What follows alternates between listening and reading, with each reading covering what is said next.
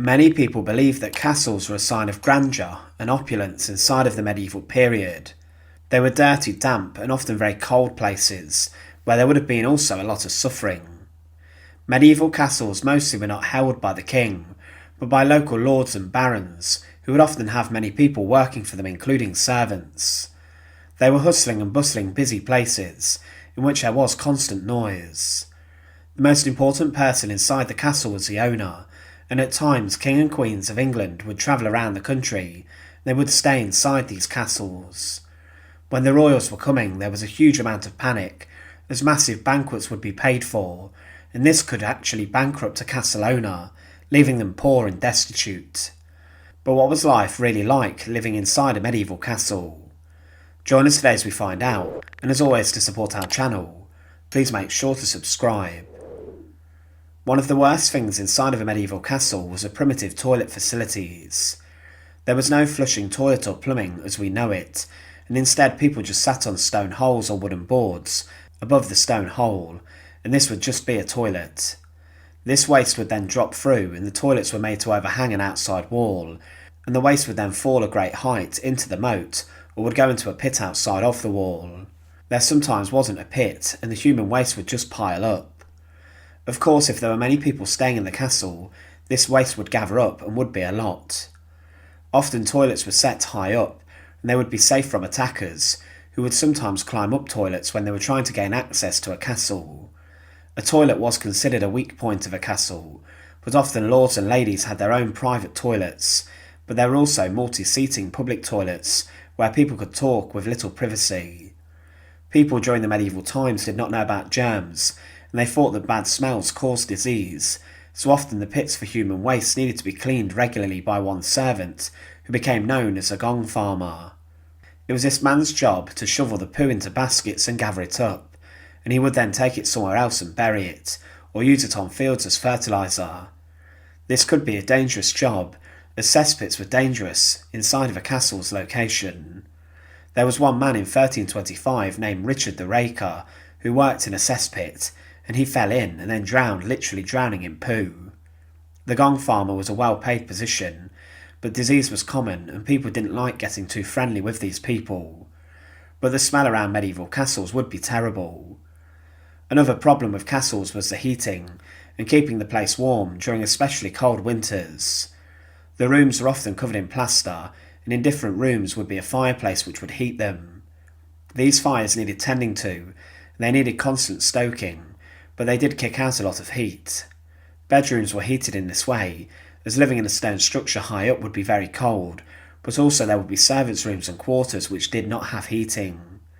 This meant these rooms would be very cold in winter, and that servants could get ill from this. But the fireplaces were also very dangerous, as the sparks and embers from the fire could cause huge fires and infernos, and this was of course very dangerous. These fires were all open, they would generate a lot of smoke, meaning that rooms often smelt very badly, and carbon monoxide poisoning could have been an issue. There were tapestries which were placed on the walls to help keep some heat in, but generally these were rather cold rooms. Fires would also be a big problem. As castles transitioned from wood to stone structures, there were steps taken to avoid fires and infernos. One of these was that kitchens would not be inside the main keep buildings. They would actually be outside in the bailey, in other stone buildings separate. This meant that if a fire broke out in the kitchens, then this could be contained and would not spread to the lord and ladies' rooms, and damage could then be minimalised, with water being drawn up from the well for this. During times of peace, there would not be many soldiers stationed and garrisoned inside a small castle, meaning it could be a target of attack. There were some guards who would operate the gate and the drawbridge, but they lived in their own barracks and often inside the guardhouse. Soldiers would be armed with swords, spears, axes and other weapons including longbows and bow and arrow, but when there would be civil war, these castles could be garrisoned by more men. Water was a necessity inside of castles, and wells were made inside of them, and these were vital, especially if there was a siege. Each day water would be drawn up, but there were accounts of wells being poisoned, and this could cause further problems. But the water inside of the wells was often dirty and was not the cleanest, and this would service the whole castle, and would be used to bathe a lord and lady, and also would be used in the kitchens, and to also flush the toilet through. There would be many people who worked inside of castles, and there would be servants who would perform any duty the lords and ladies wanted, but this also meant that castles would be very busy, and along with guards, kitchen staff and many others, there would be little privacy, and castles would be very noisy and loud. The servants would also need feeding, and this meant it was very costly, but a servant was a well sought after job inside of a castle.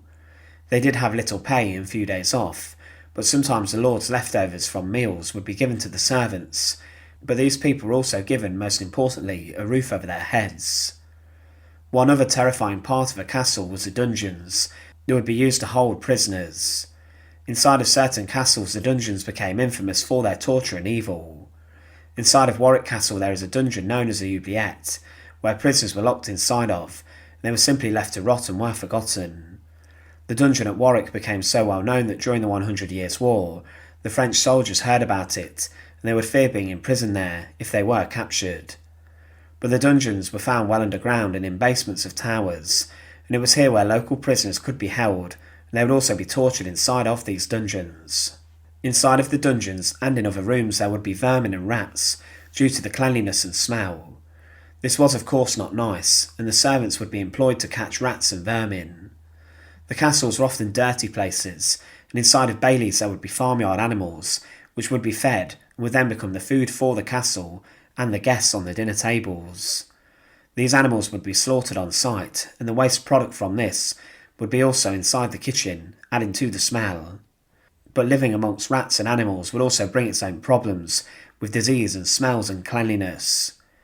One final thing to mention is that castles often were a sign of hatred and of oppression across England, and this is what happened following the Norman conquest. When William the Conqueror defeated the English Harold Godwinson at the Battle of Hastings, then people across England hated being ruled by the French.